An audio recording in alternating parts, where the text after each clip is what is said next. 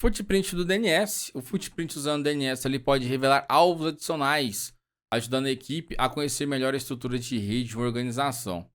O DNS ele pode ser vítima de várias threads, várias ameaças, incluindo aqui um ataque de inundação ou ampliação, envenenamento cache, exposição do arquivo de zona, que normalmente é transferência de zona.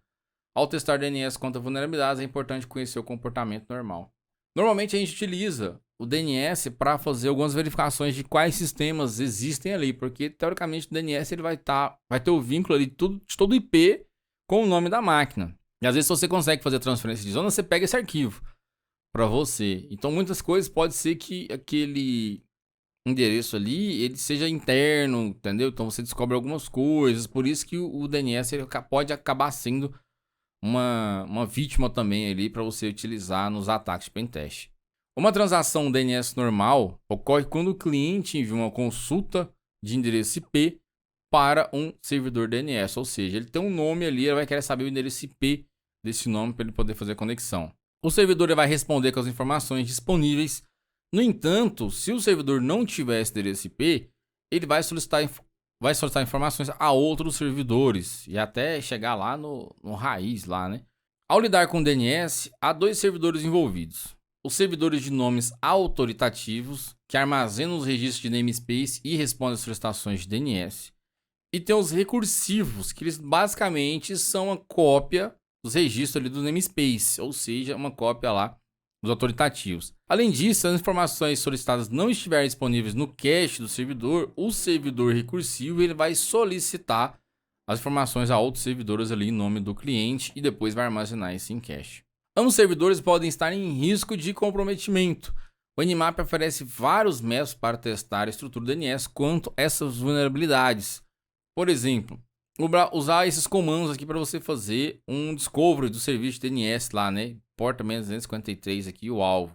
O script ele vai usar o protocolo DNS para obter uma lista de serviços. Uma vez obtida essa lista, o Nmap fará o acompanhamento enviando sondas para obter mais informações. DNS é uma coisa meio complexa que a gente precisa entender, a gente precisa estudar.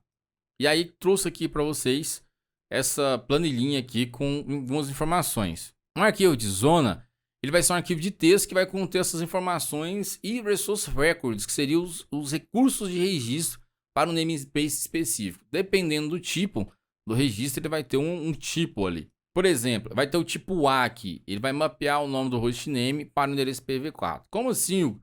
Vai ter lá o registro A, aí vai ter o IP lá, sei lá, xx.x aqui, e o endereço dele, vgbarbosa lá, ponto site. E aí vai ter o endereço lá vinculado disso, entendeu? Então, basicamente isso. O AA vai ser o endereço do site lá, só que IPv6. Esse PTR aqui, que é os mais comuns para implementar pesquisas reversas. Então, MX, que vai ser o e-mail. É hgbarbosa site, alguma coisa assim, entendeu?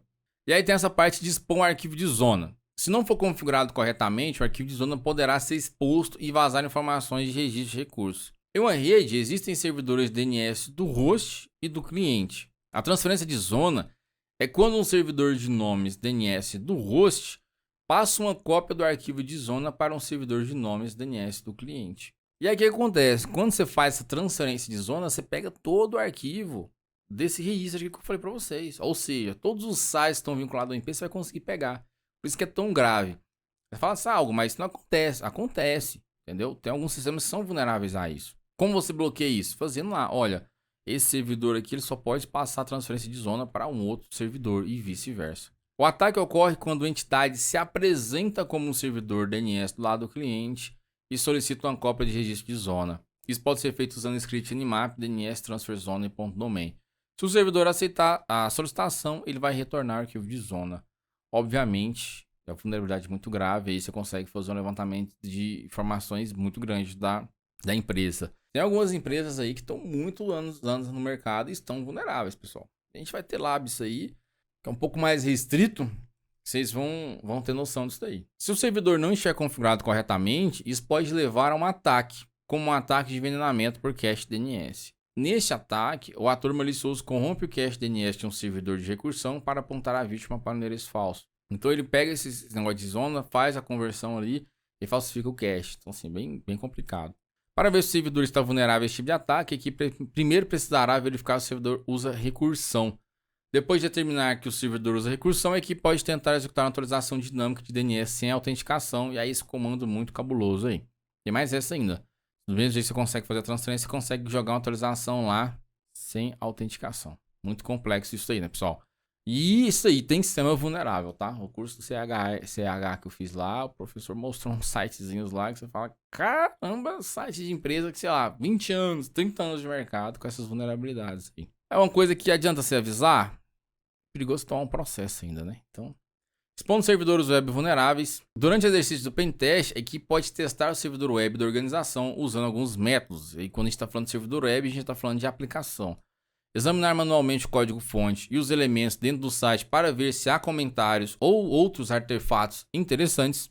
Examinar a web ou os logs de acesso que mostram a atividade de um site. Interceptar tráfego usando um proxy entre o cliente web e o servidor. E aí a gente entra naquele burpzinho lá que a gente vai ver no próximo slide. Todos os métodos são úteis, porém, ao usar um proxy, a equipe pode coletar mais, verificar se ocorre, pode coletar mais informações, né? Para verificar se ocorrem problemas de segurança durante dados para transação na web.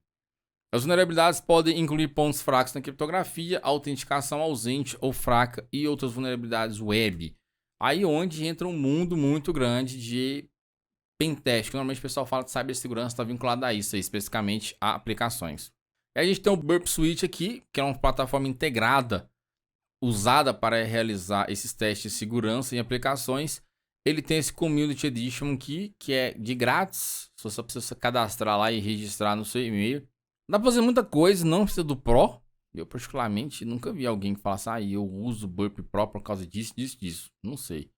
Ele atua como um proxy local, capturando solicitações e respostas HTTP. Quando descobertas, o Burp Suite listará as vulnerabilidades. Ele tem como você fazer aqui dentro do proxy, aqui, ó. Você abre um navegador próprio. Antigamente você tinha que subir o proxy lá no navegador, mudar o proxy. Então ele já sobe o navegador para você, um Chrome. Então é mais tranquilo. E o próprio site do Burp Suite lá, qual que é o nome da empresa mesmo? Esqueci agora. Eu esqueci o nome da empresa. Mas enfim, tem um site deles lá que você tem um treinamento. É muito top o treinamento deles. Só que é em inglês, né? Tem esse pequeno grande detalhe aí. Mas dá para entender bastante fazendo traduçãozinha lá e tal. Bom, então é isso. Bora finalizar aqui a nossa revisão.